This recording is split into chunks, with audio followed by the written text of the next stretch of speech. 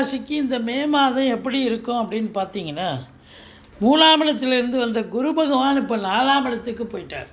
அங்கிருந்து குரு பார்வை அற்புதங்கள்.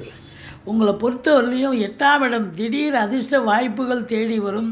தொழில் செஞ்ச இடத்துல நீங்கள் கம்பெனி நடத்துகிற இடத்துல உங்களுக்கு நிறைய பெண்டிங் பேலன்ஸு மற்றவங்க தர வேண்டியது இருந்திருக்கும்.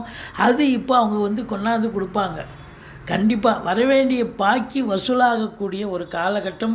தந்தையால் அனுகூலங்கள், யோக பாக்கியங்கள் நிறைந்த ஒரு மாதமாக இது விளங்கப் போகிறது. வெளியூர் பயணம், வெளிநாட்டு பயணம் அனுகூலத்தை தருமா என்று சொன்னால் கண்டிப்பாக அனுகூலத்தை தரும்.